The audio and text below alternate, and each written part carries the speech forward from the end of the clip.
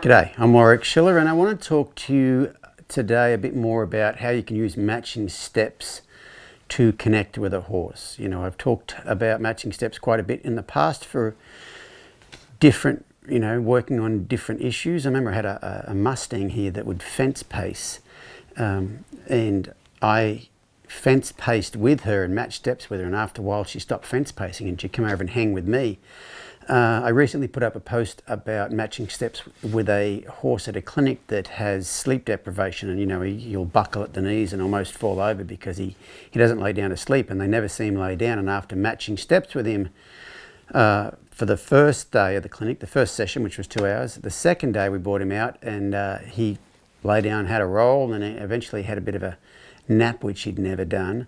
And so, the matching steps works because if you ever watch two horses out in a pasture grazing together, a lot of times their legs will match up. It's just something they do, and it's a connection type thing. So you can do it to help your horses in a lot of ways. But I had a little incident here today where my wife's stallion, Ray, and we got him, he was really quite shut down and really didn't see the world. And as we've got him out of being shut down, he's got a bit weird about things, as they do. Anytime you have a horse that's shut down and you work through that, you start to come out the other side, they get a bit anxious and do some weird things. And we have actually integrated him into a pasture with Robin's gelding, Oscar. So the stallion and the gelding live out in a pasture together. And today I went out to catch him, and sometimes he's deaf.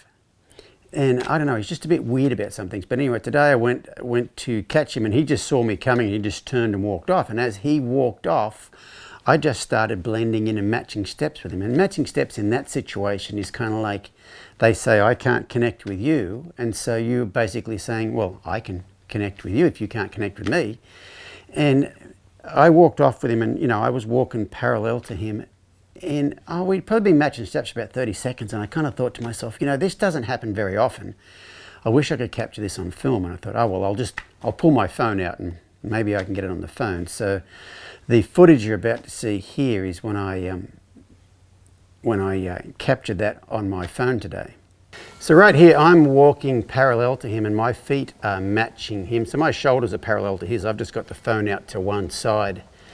Now, something this horse didn't used to do very much at all when we first got him was lick and chew around people. Like, he was kind of tight-lipped. He kind of get the stares, like he didn't blink very much. And, that's gotten better. But this is the sort of situation to where he would be a bit like that. And he has a big old lick and chew here in a minute somewhere. But right now I'm still standing side on to him. Even though the camera looks like I'm facing him, I'm actually facing the same direction he's facing. And I'm just standing there waiting. And my feet are kind of offset slightly like his are offset. You can see I shifted my weight then when he went to shift that left foot back, and then I just shift my weight forward as his left foot goes forward right there. So I'm really mirroring exactly what he's doing. And right now he's nibbling on some dry grass there, so that is actually working his mouth, and you see he's chewing right there. When he walks off, there you go, there's a big old release right there. Hear that let out right there. When he walks off, the same here, I turn and I'm walking directly away from him. I had to turn the camera around, but I'm now walking basically the same direction he's walking. I've just got the camera facing backwards, but my body's facing completely away from him. And then he kind of goes side on to me, so I start going right there. I'm just going right, left, right, left, right, left. And right here, he almost picked up a trot, like he was going to trot away, and I backed off away from him a little bit. I widened that distance to give him a little bit more space right there, so it didn't feel like he was being pressured.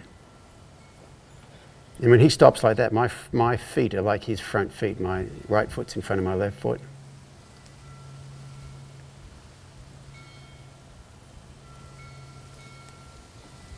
And then when he goes again, I start going again. When he stops, I stop.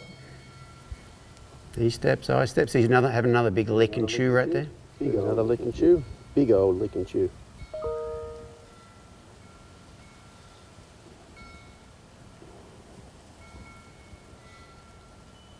Right here I'd be looking at whatever he's looking at. You know, letting him know that I see what he sees.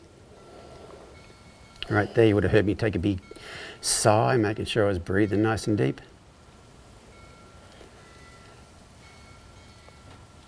Big old yawn, lick and chew. Big old yawn, lick and chew. Hey, right Ray, there. Ray, you come to say hi? Hey Ray, you come to say hi? Hello.